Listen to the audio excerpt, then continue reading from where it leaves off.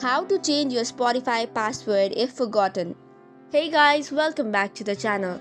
If you want to change your Spotify's password and do not remember the previous password, here is what you should do. While if you head over to your Spotify app, you will not find the option of reset password. So in this case, head over to any of your preferred browser. Now, in the URL section, type in spotify.com/password-reset. Now that you do so, it will open the reset your password page. Hereby, you need to provide in your email address or username of Spotify and tap on send link.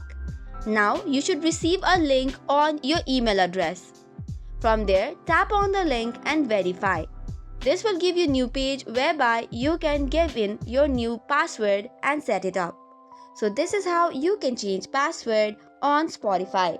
That is all for today's video. For more such contents, do not forget to hit the like and subscribe button. Thank you and keep watching.